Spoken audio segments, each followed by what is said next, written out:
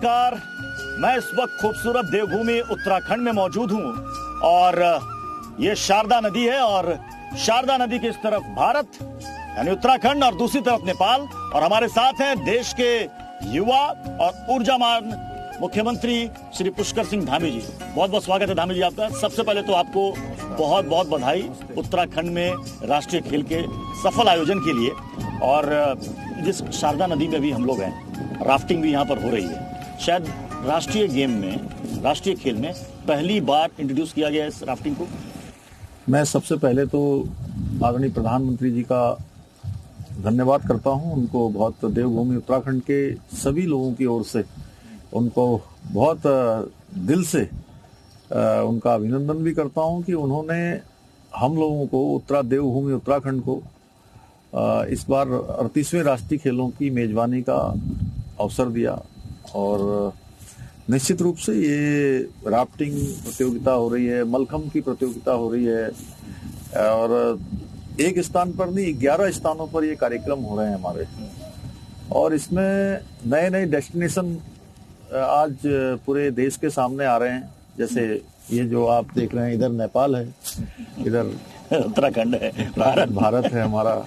बीच में महाकाली और सरयू नदी, शारदा नदी है, शारदा है। तो ऐसे डेस्टिनेशन मेरे ख्याल से आप भी पहली बार आए होंगे यहाँ। बिल्कुल, मैं पहली बार आया और मैं देखकर मैं क्या यहाँ पर कि क्या जंगल में मंगल है। देखिए इतनी खूबसूरती। वाह, कैसे हैं? आंध्र प्रदेश से। अच्छा लगा। चलिए, कब से आए थे यहाँ? चलिए, बहुत अच्छा। नमस्ते सबको, नमस्ते, सबका स्वागत है।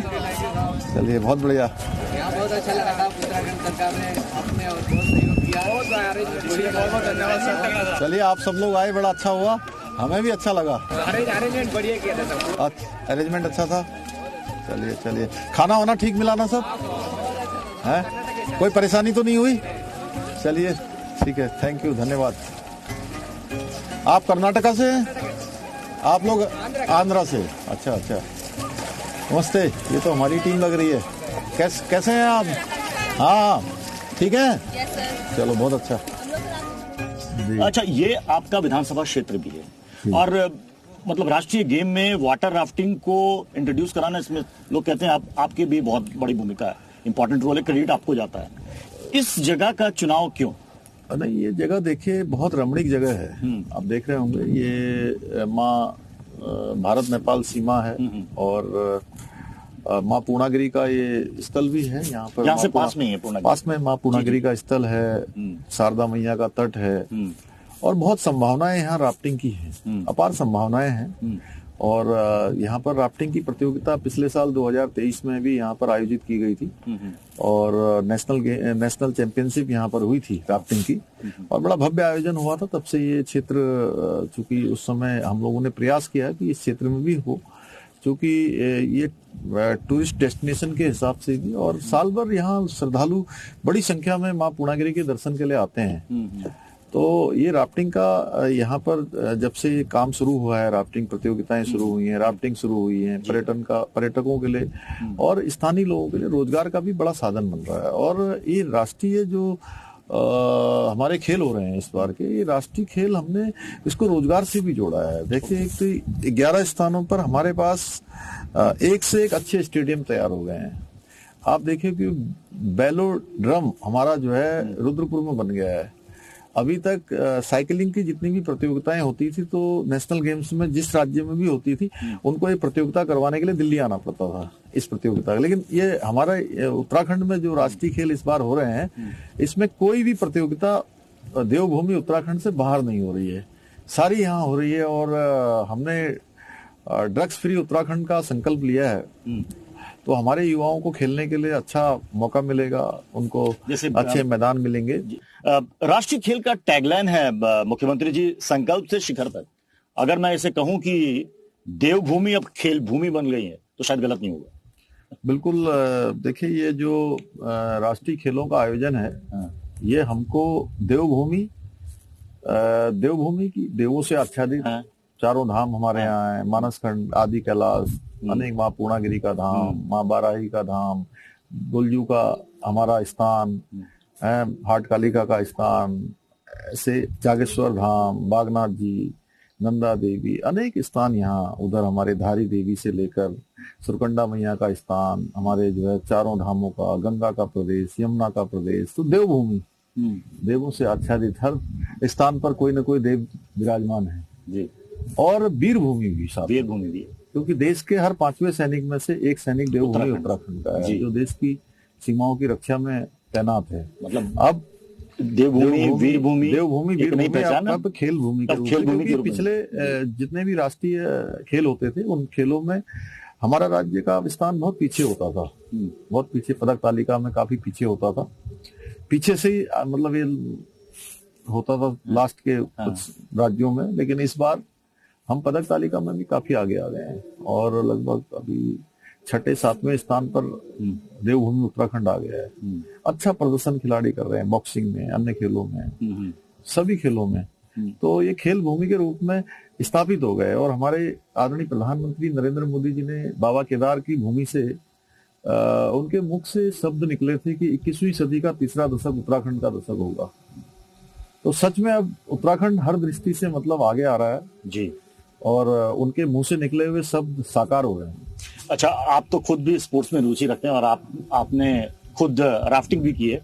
ये कितने लंबे स्टेज में आपने राफ्टिंग की है? इसी कनकपुर में ये लगभग 10 किलोमीटर के आसपास का 10 किलोमीटर, हाँ, 10 से 11 या 10 के आसपास का। अच्छा, हमने देखा, आप राफ्टिंग की भी तस्वीरें आपके देखी हैं, साइकिलिंग की भी देखी है, शूटिंग की भी देखी है। आपका सबसे पसंदीदा स्पोर्ट्स क्या है? देखिए, मैं क्रिकेट भी खेलता था, मैं बैडमिंटन, फुटबॉल और तैराकी मैंने बहुत करी है। ये शारदा मैया के साथ खेलते खेलते, इसमें नहाते नहाते मैं बड़ा हुआ। और मेरा जो घर है गांव का, ये माँ शारदा के बिल्कुल तट पर है। तो बचपन मुझे याद है कि 5 साल का रहा हूँगा, तब से माँ शारदा मैया में गोते लगाते लगाते बड़ा हुआ मैं। और 1 घंटा 2 घंटा नहीं गोते लगाते थे, कम से कम 6-7 घंटे तक, शाम तक। अभी जैसे ये भगवान सूर्यदेव अभी 1-1.5 घंटे रहेंगे ना, जब तक ये नहीं चले जाते थे तब तक हम स्कूल से आने के बाद अपना बस्ता रखा अपना और बिल्कुल ड्राइव मारते थे इसमें। अच्छा। और कई बार शारदा मैया को आर पार करते थे। अच्छा, यहाँ दिन में कई बार, वो छोटे से थे। मतलब एक अच्छे तैराक हैं आप?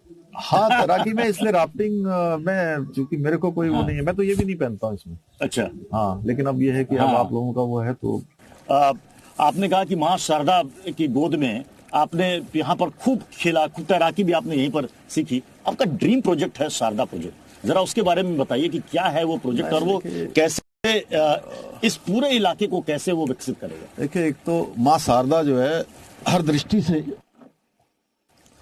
पूजन की वो है, आचमन करते हैं। और मैं तो माँ शारदा के सानिध्य में रहकर ही बड़ा हुआ, बचपन मेरा इसी में बीता। माँ शारदा की कृपा है आज मैं जो भी काम कर पा रहा हूँ। तो ये माँ शारदा चूंकि एक समृद्धि का भी जो है बहुत बड़ा कारण यहाँ पर, माँ शारदा के कारण से यहाँ से लेकर उत्तर प्रदेश के अनेक जिलों में सिंचाई होती है, जल जीवन दोनों मिलता है। तो इस क्षेत्र में जो अपार संभावनाएं, यहाँ हमने शारदा रिवर फ्रंट प्रस्तावित किया है, उस पर हम लोग काम कर रहे हैं, जिसके कारण से जो आप ये स्थान देख रहे हैं, यहाँ पर अच्छा रिवर फ्रंट बनेगा, अच्छा राफ्टिंग का स्थान बनेगा, अच्छा यहाँ से लेकर हमारा आगे रणकोची तक, आगे रणकोची मैया का स्थान है, बीच में काफी सारा स्थान है। तो उसको हम वेडिंग डेस्टिनेशन के रूप में भी डेवलप करने पर विचार कर रहे हैं। और अनेक जगह पर रिजॉर्ट, वेडिंग के स्थान, ये सब बनेंगे। तो इस क्षेत्र के लोगों को लिए एक समृद्धि का कारण बनेगा, रोजगार का कारण बनेगा, लोगों की आर्थिकी बढ़ेगी, राज्य की भी आर्थिकी बढ़ेगी।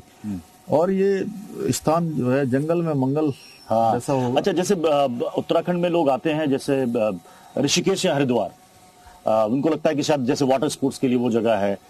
ये जो शारदा कॉरिडोर और रिवर फ्रंट की आप बात कर रहे हैं, हाँ, ये शायद ऐसी जगह है कि बहुत कम लोग शायद इस डेस्टिनेशन के बारे में जानते हैं। नहीं, अब आप जान जाएंगे। इस बार राष्ट्रीय प्रतियोगिता हो रही है, पिछले साल यहाँ चैंपियनशिप हुई थी और आज आपके साथ में बात कर रहा हूँ। तो ये पूरे राष्ट्रीय परिदृश्य में छाएगा ये स्थान और लोग आएंगे, लोगों को हम आमंत्रित भी नहीं, करते हैं वाकई में यहाँ पर। मतलब बहुत खूबसूरत और अद्भुत जगह है।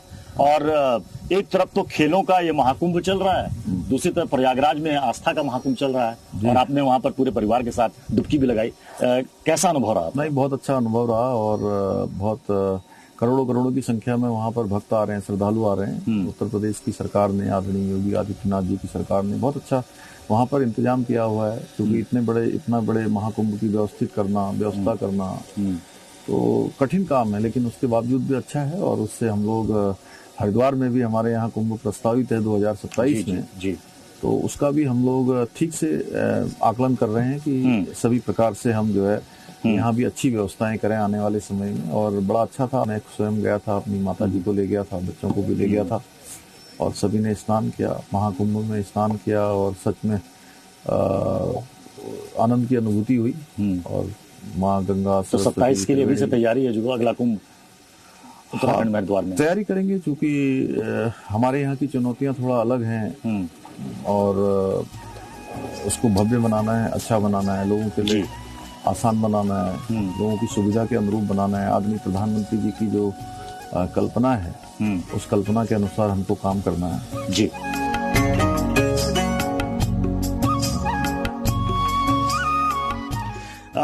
मुख्यमंत्री जी, आपने महाकुंभ में स्नान किया, आपने कहा बहुत अच्छी अनुभूति हुई, बहुत अच्छा इंतजाम किया गया। आपने एक और स्टेटमेंट दिया कि महाकुंभ में जैसे सभी के साथ एक समानता की बात होती है, यूसीसी में भी वही संभाव है। तो फिर इसको लेकर कि इतना विरोध और सवाल क्यों इसको लेकर उठाए जाते हैं? देखिए, दो तीन चीजें हैं। एक तो जो भी हमने यूसीसी लागू किया है, ये हमारा संकल्प था, देवभूमि उत्तराखंड की जनता के समक्ष हमने अपना संकल्प प्रस्तुत किया था आदरणीय प्रधानमंत्री श्री नरेंद्र मोदी जी के नेतृत्व में 2022 के आम चुनाव में। और देवभूमि उत्तराखंड की जनता ने इसके लिए हमको अपना आशीर्वाद दिया, मैंडेट दिया और पहली बार उत्तराखंड राज्य स्थापना के बाद किसी भी पार्टी को लगातार दूसरी बार सरकार में आने का मौका दिया। पहले यहाँ एक मिथक था, हर बार सरकार बदल जाती है, एक परिपाटी थी कि हर वो परिपाटी उत्तराखंड की जनता ने बदली और हमको मौका दिया। हमने जो संकल्प लिया था हमने वो संकल्प पूरा कर दिया।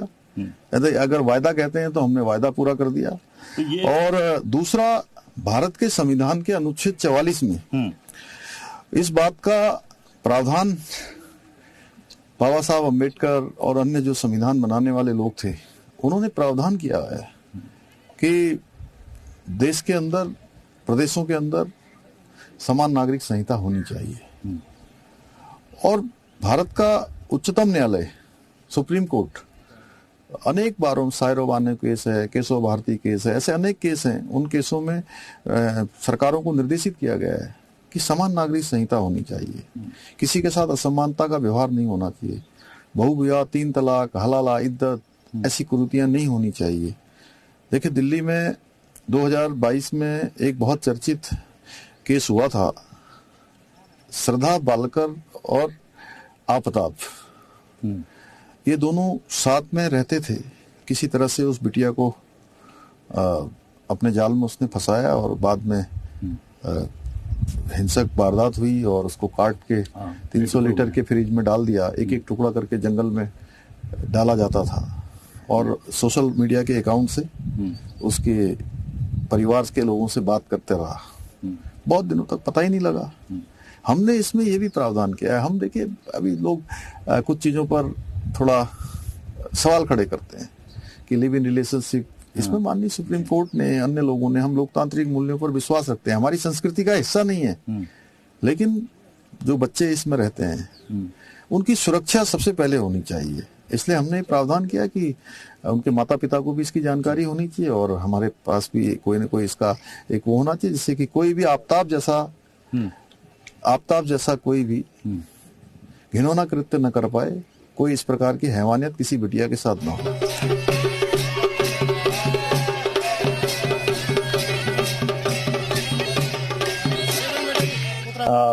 मुख्यमंत्री धामी जी, अभी हम यूसीसी की चर्चा कर ही रहे थे। ऐसे तो देश में बहुत दिनों से चर्चा चल रही थी, कई सालों से चल रही थी कि यूसीसी आना चाहिए, यूसीसी आना चाहिए, लेकिन इनिशिएटिव उत्तराखंड ने लिया, आपने लिया। तो आपको लगा नहीं कि ये इतना विवादित मसला है, मैं लेकर आऊंगा, न जाने कितनी अड़चने आएंगी? आपको नहीं लगा कि ये बहुत बड़ी चुनौती मैंने ले ली? देखिए, आदरणीय प्रधानमंत्री नरेंद्र मोदी जी के नेतृत्व में देश के अंदर हर चुनौतीपूर्ण जो भी विषय रहे हैं उन पर निर्णय लिया जा रहा है, चाहे वो धारा 370 समाप्त होनी हो या 3 तलाक का कानून बनाना हो, सीए का कानून लाना हो, भगवान राम का भव्य मंदिर बनना हो।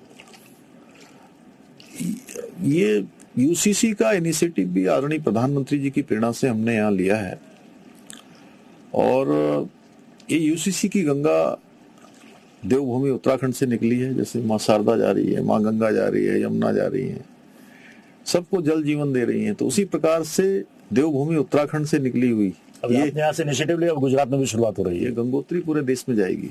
गुजरात में भी शुरू कर दिया है और अन्य राज्य भी इस दिशा में आगे बढ़ेंगे। लिव इन रिलेशन पर हम बात कर रहे थे कि लिव इन रिलेशन को लेकर के विपक्ष ये कह रहा है कि साहब, और कुछ लोग हैं जो कि इस बात को उठा रहे हैं कि लिव इन रिलेशन ये संस्कृति के खिलाफ है, फिर उसमें एक फॉर्म है जो बड़ा जटिल है, ये निजता के खिलाफ है। तो इसको लेके क्या कुछ भ्रम की स्थिति है, संशय की स्थिति है, या क्या है? कोई भ्रम की स्थिति नहीं है। देखिए, ये हमारी संस्कृति का हिस्सा नहीं है। हाँ। लेकिन हम लोकतांत्रिक मूल्यों पर विश्वास करने वाले लोग हैं और दुनिया का सबसे बड़ा लोकतंत्र हमारा देश है, भारत है। हमारे प्रधानमंत्री मोदी जी के नेतृत्व में लोकतंत्र और मजबूत हो रहा है। दुनिया के अंदर हमारी साख बढ़ रही है, दुनिया के अंदर हमारी पहचान बढ़ रही है, लोग हमको मान्यता दे रहे हैं, हमारे ऊपर विश्वास कर रहे हैं। चाहे कोई कालखंड हो, कोरोना के कालखंड में भी लोगों ने देखा, आपदाएं हैं, भूकंप हैं, दुनिया के देशों को जो हम मदद कर रहे हैं, तो भारत के प्रति लोगों का एक विश्वास बढ़ रहा है। ये निजता भंग करना जैसा कोई विषय नहीं है। देखिए, हमने इसमें सबसे बड़ी बात है, जो भी बच्चे लिव इन में रहते हैं उनकी सुरक्षा हमारे लिए प्राथमिकता है। कई हिंसक घटनाएं समय समय पर सामने आई हैं। साथ में रहते हुए संबंध अच्छे होते हैं, लेकिन खराब कब हो जाते हैं ये भी पता नहीं लगता है। आपदा श्रद्धा वाला आपने आपदा इंसिडेंट बताया, और श्रद्धा बालकर का जो चर्चित केस था दिल्ली में, बहुत जघन्य घटना हुई थी वो। इस प्रकार की दुर्घटनाएं, इस प्रकार की घटनाएं न हो। माता पिता को जीवन भर अपने बच्चों के बिना रोना और पछताने के सिवा कुछ न रहे, इसलिए जरूरी है कि उनको इनकी जानकारी में होगा। लेकिन हरीश रावत कहते हैं कि एक तरफ तो आप कहते हैं कि लव जिहाद के खिलाफ हैं, दूसरी तरफ आप कानूनी मान्यता दे रहे हैं और उनको अनुमति दे रहे हैं। देखिए, ये मैंने पहले ही कहा कि हम लोकतांत्रिक मूल्यों पर विश्वास रखने वाले हैं और दूसरी तरफ हमारे लिए चूंकि माननीय न्यायालय ने भी कई बार इस पर निर्णय दिए हैं और हमारी संस्कृति का हिस्सा नहीं है, मैं पहले ही कह चुका हूँ, उसके बावजूद भी ये देश के अंदर अनेक स्थानों पर अनेक घटनाएं सामने आई हैं। उस प्रकार की घटनाओं की पुनरावृत्ति न हो जी, इसलिए हमने जो है इसमें ये प्रावधान किया है कि वो फॉर्म भरें, उसकी जानकारी मिले। वो कोई बहुत कठिन भी नहीं है, बहुत जटिल भी नहीं है, बहुत आसान फॉर्म है। उनके माता पिता को केवल जानकारी होगी कि मेरे बच्चे कहाँ हैं और प्रशासन को ही पता होगा। उसको हम कोई प्रकाशित नहीं करने वाले हैं, न किसी को बताने वाले हैं, केवल उनकी सुरक्षा हमारे लिए प्राथमिकता है। ओके, इसमें क्या कुछ ऐसा भी प्रावधान है कि अगर उसमें कपल में से कोई अगर एक जनजातीय समुदाय से है तो शायद उसके लिए रजिस्ट्रेशन जरूरी नहीं है? देखिए, अभी चूंकि हमने यूसीसी पहला राज्य है हमारा देश की आजादी के बाद जहां प्रारंभ हुआ है, बहुत सारे प्रावधान हमने कर दिए हैं, बहुत सारे प्रावधान हमको करने हैं। हमारी यूसीसी ड्राफ्ट बनाने वाली कमेटी रंजना प्रकाश देसाई जी की अध्यक्षता में सभी वर्गों के लोगों के साथ उन्होंने संवाद किया, सबके विचार लिए और भारत के संविधान में जनजाति के जो लोग हैं उनको इससे छूट दी गई है, उनको विशेष प्रिविलेज दिया गया है। तो भारत का संविधान जो कहता है हम उसके अनुरूप काम करते हैं। अच्छा, आप अक्सर कहते हैं कि लव जिहाद के अगर मामले सामने आते हैं तो सरकार उनसे सख्ती से निपटेगी। बीच में बाहरियों के प्रवेश, आपराधिक पृष्ठभूमि को भी लेकर मसला उठा। आपने कहा कि अगर ऐसे लोग आते हैं तो उनकी जगह उत्तराखंड में नहीं है, उनका पहले सत्यापन कराया जाएगा। तो क्या आपको लगता है कि इस तरह के मामलों के पीछे बाहरियों का अवैध तरीके से आना, आपराधिक पृष्ठभूमि का होना एक बड़ी वजह है? देखिए, यूसीसी भी लव जिहाद जैसे प्रकरणों पर रोक लगाएगा। पहचान कोई छिपा नहीं पाएगा, अपनी धोखेबाजी नहीं कर पाएगा, अपनी असली पहचान बनाकर सामने आएगा। दूसरी बात, बाहरी और रोहिंग्या, यहाँ पर बांग्लादेशी आपराधिक तत्व जो अपनी पहचान छुपाकर जो है तमाम प्रकार के अपराधों को अंजाम देते थे, उनके खिलाफ हमने कार्रवाई की है। वो हमारी कार्रवाई हमारे अभियान का हिस्सा है। अतिक्रमण हटाने का अभियान हमने देवभूमि में चलाया है। हमने दंगा रोकने के लिए दंगा रोधी कानून बनाया है। धर्मांतरण रोकने के लिए हमने धर्मांतरण रोधी कानून बनाया है। ये देवभूमि का देखिए एक स्वरूप है, मूल स्वरूप है। आप यहाँ हैं, देख रहे हैं, पूरे देश दुनिया के लोग देवभूमि को एक अलग प्रकार के भाव से देखते हैं।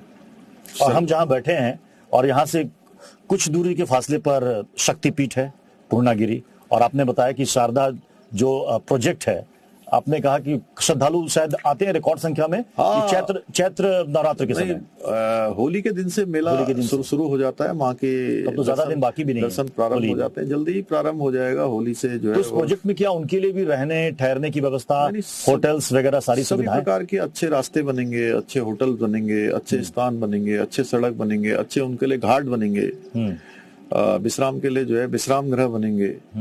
सभी प्रकार की, कुछ हम लोग पीपीपी मोड में भी कुछ लोगों को लाएंगे जो आकर अच्छे यहाँ पर अपने एस्टेब्लिशमेंट करें। खाता तैयार हो गया है? हाँ, उस पर हमारा काम चल रहा है बहुत तेजी से। अभी हमारा काम आगे बढ़ा है और वो निश्चित रूप से इस पूरे क्षेत्र के लिए एक बहुत बड़ा समृद्धि का कारण बनेगा। वो तो ये माना जाए कि पूरे इधर चंपावत में आने वाले 5 से 10 सालों के बाद लोग आएंगे तो एक कॉरिडोर बना हुआ देखेंगे। हाँ, हम प्रयास कर रहे हैं माँ पूर्णागिरी के कृपा से और हमारे प्रधानमंत्री जी के आशीर्वाद से इस पर जरूर आगे बढ़ेगा। और ये राज्य का सीमांत क्षेत्र भारत का अंतिम क्षेत्र में नहीं कहूंगा, क्योंकि आदरणीय प्रधानमंत्री जी ने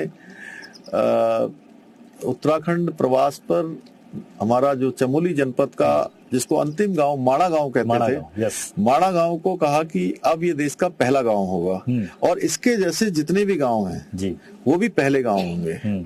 जैसे आप ये जो गांव है उचोली कोट ग्राम सभा के आसपास हैं आप, चंपावत जिले का उचोली कोट ग्राम सभा और इसके आसपास का क्षेत्र, ये भारत का पहले अंतिम गांव होता था। भारत का ये पहला गांव है। भारत के पहले गांव से ये समृद्धि के द्वार खुलेंगे, समृद्धि आएगी, यहाँ रोजगार आएगा, हमारी माताओं बहनों को रोजगार करने के साधन मिलेंगे, उनकी आर्थिकी बढ़ेगी, उनको काम मिलेगा। अच्छा, एक मतलब समस्या ये होती है कि रिसोर्सेज का बहुत ही सीमित होना।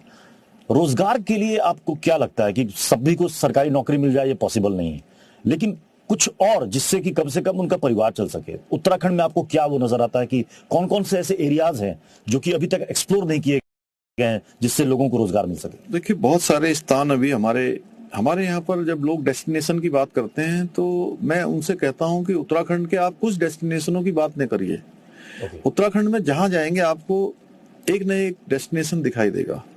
जिस तरफ को चले जाएंगे आपको, जैसे मैं यही देख रहा हूँ, उदाहरण है आपके सामने, आपको मतलब दिख रहा है ना कि डेस्टिनेशन हो गया एक, ये डेस्टिनेशन बन जाएगा अब आने वाले टाइम में। ऐसे सैकड़ों अनगिनत डेस्टिनेशन है और अपार संभावनाएं हैं। जैसे हॉर्टिकल्चर में हमारे यहाँ एप्पल मिशन हमने शुरू किया है, अच्छी सेब की खेती की जा रही है। हमने कीवी मिशन शुरू किया है, बहुत शानदार कीवी की खेती हो रही है। अच्छा। और बागेश्वर जनपद में लीती और सामा जैसी जो घाटियां हैं, उन घाटियों में अच्छी खेती, शानदार खेती हो रही है। माल्टा है हमारे यहाँ पर, संतरे हैं, इनकी अपार संभावनाएं जी अभी। और होम स्टे, ये हमारे यहाँ पर जो है एक बहुत बड़ा राज्य की आर्थिकी का साधन बन रहा है। महिलाओं के द्वारा जो उत्पाद बनाए जा रहे हैं, वो उत्पाद इतने अच्छे हैं कि बहुत बार तो उनके हाथों के बनाए हुए, चाहे सिलाई के हों, चाहे खाने के हों, चाहे वो अचार बनाती हों, चाहे वो हमारे यहाँ का, हाँ, फूड जैम है, नमक, आपको नून यहाँ का पिसा हुआ मिलेगा। आप उसके साथ मतलब रोटी खाएंगे तो आपको लाजवाब स्वाद मिलेगा। मैंने खाई है। तो ऐसे हमारे यहाँ पर जो महिलाएं बनाती हैं, वो बहुत बार तो बड़ी बड़ी बहुराष्ट्रीय कंपनियों से भी अच्छा बनाती हैं। ये होम स्टे की बात आपने की, होम स्टे पर तो आपकी सरकार और आप काम कर रहे हैं। इस बार के बजट में भी होम स्टे पर काफी फोकस किया गया है, तो उसको लेकर आपको उत्तराखंड में कितनी संभावनाएं आपको दिख रही हैं कि इससे सीधे कनेक्ट होगा लोगों के रोजगार का? और अगर कोई होम स्टे में बढ़ना चाहता है तो सरकार की तरफ से क्या सब्सिडी, क्या सुविधा उनको मिलेगी? सरकार की ओर से हम लगातार प्रोत्साहित कर रहे हैं, हम ऋण की व्यवस्था भी दे रहे हैं, हम सब्सिडी की व्यवस्था भी कर रहे हैं, होम स्टे में भी कर रहे हैं, कृषि के क्षेत्र में काम करने वालों को भी कर रहे हैं, स्वयं सहायता समूह जो है उनको 3 लाख तक का हम ऋण दे रहे हैं, महिलाओं के जो हैं। और ये देखिए, ये आने वाले समय में हमारे लिए गेम चेंजर साबित होने वाले हैं, क्योंकि हमारी जो महिलाएं हैं वो बहुत परिश्रमी हैं, कोई कौशल की उनके अंदर कमी नहीं है। और अभी तक 1 लाख दीदियां, हमारी 1 लाख बहनें अभी तक लखपति दीदी बन चुकी हैं और छोटे छोटे स्थानों पर काम करके अपना भी रोजगार कर रही हैं, अन्य लोगों को भी रोजगार दे रही हैं। हम भी उनका प्रोत्साहन कर रहे हैं। हमने प्रत्येक जिले में अभी पिछले 2023 और 24 में हर जिले में हमने मातृशक्ति बंधन का कार्यक्रम किया था, मातृशक्ति को प्रोत्साहित करने के लिए। और हजारों हजार की संख्या में मातृशक्ति ने जितने उत्पाद बनाती हैं उनके पूरी प्रदर्शनी लगाई, उनका जो है लोगों को एक दिखाया कि वो क्या क्या बना सकती हैं, और उनकी शक्ति भी, एक सशक्तिकरण भी हुआ, एक जगह पर एकत्रीकरण भी हुआ, और तेजी से एक अतिक्रमण एक बड़ी समस्या यहाँ पर देखने को मिली और आपने अतिक्रमण के खिलाफ कार्रवाई भी की। ऐसे तो ये शांत प्रदेश माना जाता है, लेकिन आप यहाँ पर भी बुलडोजर काफी गरजा और कई जगह अवैध कब्जा हटाया गया। जो भू कानून की बात हो रही है, वो भू कानून आने से क्या ये सब कुछ खत्म हो जाएगा? अवैध कब्जा, अतिक्रमण एक सोची समझी एक साजिश थी जो देवभूमि के मूल स्वरूप को खराब कर रही थी, इसलिए अतिक्रमण हमने हटाया है ये अभियान। और जो गैर कानूनी कब्जे हैं उन कब्जों को भी हटाया है, क्योंकि देवभूमि का जो स्वरूप है वो खराब नहीं होना चाहिए, मूल स्वरूप यहाँ का बना रहना चाहिए। और भू कानून भी चूंकि उसका भी दुरुपयोग हुआ है, जो पहले से भी कानून लागू है, तो उसकी हमने समीक्षा की। बहुत सारे मामलों में आज जो जिन्होंने भू कानून का उल्लंघन किया है उनकी जमीनें सरकार में निहित हुई हैं। आगे हम इसमें और प्रावधान भविष्य में करने वाले हैं। ऋषिकेश कर्णप्रयाग में जो रेलवे प्रोजेक्ट है, शायद 50% काम पूरा हो गया है, वो कब तक पूरा होगा और कितना बड़ा गेम चेंजर होगा उत्तराखंड के लिए? वो हमारे प्रधानमंत्री जी आदरणीय मोदी जी स्वयं जो है उसकी लगातार समीक्षा करते हैं। 125 किलोमीटर की लंबी रेल लाइन का काम है और जिसमें से लगभग 100 किलोमीटर टनल के अंदर है। अपने आप में वो देश की पहली परियोजना ऐसी है और बहुत ही उससे जो है पूरे क्षेत्र में 4 धाम यात्रा में आने वाले लोगों की सुविधा होने वाली है। राज्य के लोगों को भी आवागमन बहुत आसान होने वाला है, आर्थिकी भी बढ़ेगी, रोजगार भी बढ़ेगा और बहुत क्रांतिकारी वो योजना है जी। अच्छा, देवभूमि उत्तराखंड, शांत भूमि उत्तराखंड, लेकिन यहाँ पर पिछले दिनों एक तस्वीर सामने आई जो जिसने भी देखा वो हैरान रह गया। रुड़की वाली घटना जहाँ पर एक पूर्व विधायक फायरिंग कर रहे हैं, वर्तमान विधायक पिस्तौल लेके भाग रहे हैं। आपको लगता नहीं कि एक लॉ एंड ऑर्डर के लिए एक बड़ी चुनौती वाली स्थिति है? क्योंकि सोशल मीडिया में कहा गया कि ये देखिए गैंग ऑफ खानपुर। देखिए, जिन्होंने भी कानून को अपने हाथ में लिया उनके खिलाफ कार्रवाई हुई है और किसी को भी जो है कोई भी कानून से बड़ा नहीं है। देवभूमि में जो भी कानून तोड़ेगा उसके खिलाफ कार्रवाई होगी और इस प्रकरण में पूरी प्रशासन ने कानूनी कार्रवाई की है, ठीक से की है जी। और सख्ती से सबको संदेश भी दिया है कि इस प्रकार की घटनाओं की पुनरावृत्ति होगी तो किसी भी कीमत पर जो है किसी को भी इसमें छोड़ा नहीं जाएगा। अब उत्तराखंड रजत वर्ष में प्रवेश कर रहा है, कर चुका है, कहें क्योंकि 25वें साल में प्रवेश कर चुका है। तो संकल्प से शिखर तक, ये तो राष्ट्रीय खेल का ये टैगलाइन है। तो आपके सामने क्या लगता है कि कौन सा ऐसा संकल्प है जिसको प्राथमिकता पे सबसे पहले आप पूरा करना चाहते हैं उत्तराखंड के लिए? देखिए, हम 25वें साल में हम प्रवेश कर गए हैं। हमने सबसे पहले तो ये कहा था कि इस बार देवभूमि के लोगों से कि हम 3 काम करेंगे। पहला काम हमने कहा था देवभूमि के लोग मिलकर जो है ट्रिपल इंजन की सरकार निकायों में बनाएंगे। देवभूमि के लोगों ने वो काम पूरा कर दिया। दूसरा हमने कहा था हम यूसीसी 2025 में लागू कर देंगे, वो लागू कर दिया। तीसरा हमने कहा था राष्ट्रीय खेलों का आयोजन हमारा यहाँ संपन्न होगा। और उस राष्ट्रीय आयोजन से, उस खेलों के आयोजन से देवभूमि, वीरभूमि हमारी खेल भूमि के रूप में भी स्थापित होगी। तो उस दिशा में हम आगे बढ़ गए हैं, लेकिन हमको ये 25वां साल हमारा उपलब्धियों भरा साल हो, हमें और बहुत काम करना है, बहुत सारे क्षेत्रों में आगे बढ़ना है। कोई एक क्षेत्र नहीं है, सभी क्षेत्रों में हम एक मॉडल के रूप में आए। आज बहुत सारे जो भी हम फैसले ले रहे हैं, बहुत सारे जो विकास के मानदंड स्थापित कर रहे हैं, वो हमारे पूरे सबके लिए एक बेस्ट प्रैक्टिस के रूप में आ रहे हैं। जैसे इस वर्ष नीति आयोग भारत सरकार का जो सतत विकास के लक्ष्यों को प्राप्त करने का इंडेक्स है, उस इंडेक्स में देवभूमि उत्तराखंड पहले पायदान पर है पूरे देश में। बेरोजगारी दर में हमने 4.4% की कमी लाकर हमने रोजगार देने के मामले में भी हम आगे बढ़े हैं। और जो राष्ट्रीय औसत है उसको भी हमने थोड़ा पीछे छोड़ा है। निवेश के मामले में भी हमारा अच्छा निवेश यहाँ आ रहा है। स्टार्टअप हो या ईज ऑफ डूइंग हो, इन सभी में हमने जो हमारी पहले ये रैंकिंग अचीवर्स की होती थी, आज हम लीडर्स की श्रेणी में आ गए हैं। हमारी जो कर्तव्य पथ पर झांकी लगती हैं, उसमें भी हमारा नाम जो है देश के 1, 2, 3 स्थानों पर हमेशा आता है। कभी पहले पर आता है, कभी दूसरे पर आता है। इस वर्ष भी दूसरे तीसरे स्थान पर हम रहे हैं। तो आज देवभूमि उत्तराखंड के अंदर एक माहौल बना है। आज हमारे प्रवासी भी जो पूरी दुनिया के अंदर अच्छे अच्छे स्थानों पर हैं, उन्होंने बड़ा अपनी मेहनत से, परिश्रम से, अपने कौशल से, स्किल से अपना एक स्थान बनाया है। वो भी देवभूमि में आकर देवभूमि के विकास में अपना योगदान दे रहे हैं। देश भर के अंदर अनेक अनेक स्थानों पर, चाहे वो इंडस्ट्री के क्षेत्र में हो या सेवा सेक्टर में हो, व्यापार के क्षेत्र में हो, सामाजिक क्षेत्र में हो, बड़ा स्थान जहां भी देवभूमि के लोग हैं, रहते हैं, उनको हम साथ हैं उनको, और एक देश के अंदर राष्ट्रीय स्तर पर उनको भी बुला रहे हैं। कुल मिलाकर यह है कि नवाचार हम कर रहे हैं, लगातार नवाचार को हम बढ़ावा दे रहे हैं, नए नए डेस्टिनेशन की खोज कर रहे हैं। तो ये हमारे राज्य की समृद्धि के कारण बनेंगे और आने वाले समय में 10 सालों में देवभूमि उत्तराखंड तेजी से आगे बढ़ेगी। तो वो हमारा वही स्लोगन है, संकल्प से शिखर तक। चलिए, अब हमारी तरफ से आपको ढेर सारी शुभकामनाएं कि जो संकल्प आपने लिए हैं वो संकल्प पूरे हो और उत्तराखंड जो है वो शिखर तक पहुंचे। बहुत बहुत धन्यवाद, बहुत बहुत धन्यवाद, बहुत धन्यवाद बात करने के लिए।